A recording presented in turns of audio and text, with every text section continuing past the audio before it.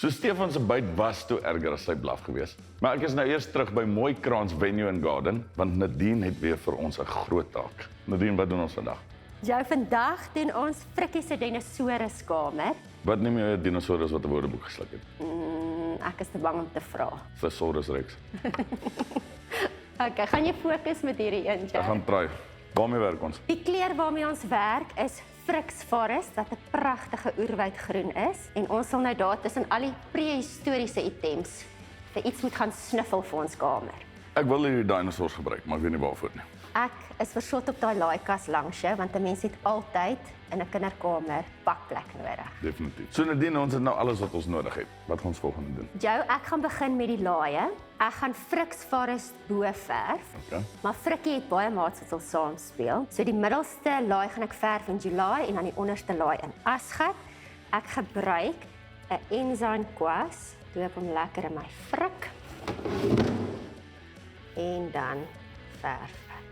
Oh wow. Ek het maestro gekies, Ja. omdat ek die kleur persoonlik in my huis al geverf het. So ek gaan hierdie hele kas rol in maestro. Dit gaan baie mooi lyk. Gedink jy gaan dit sê. Ja. Wat gebruik jy daar? 'n Wolhaarroller, want ek het gedink dit is 'n groter oppervlak, maar ek gaan ook my sponsroller gebruik. Frikkie se eerste laag is klaar. Ek gaan hom eenkant sit dat hy droog word.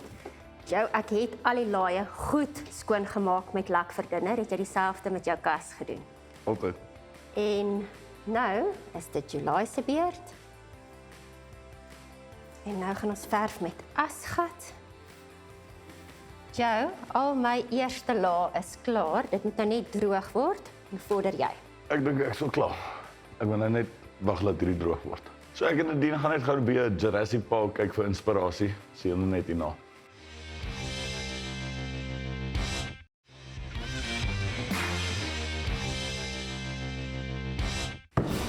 Hier kom iets groot. Ek lieg, ek was net dors. Anyway, vroeër het ek en Nadine hierdie kas met sy laaitjies mooi geverf. Nadine, wat is volgende? Jy weet, enige seun het opwinding, kleur en tekstuur in die kamer nodig. En ek het gedink wat nou nodig is, saam met daai laaikas, is buntingvlaggies. Jo, ons het sommer van hierdie canvas doek hier onder ons voete, opgesny in driehoeke. Dis 'n natuurlike weefstof. Slim, waste not and want not, soos my oupa sou sê. Ja, en nou gaan ons die kleure wat ons op die laaikas gebruik het, sommer herhaal op ons materiaal driehoeke. Ek het enetjie hier wat reeds droog is. En nou gaan ek een van die geometriese patrone in die Tjhoko reeks sommer op daai vlaggie stencil met 'n stencilkwas. Ek gaan sommer July gebruik. Wat doen jy heeldag deur die dag? Verf jy heeldag?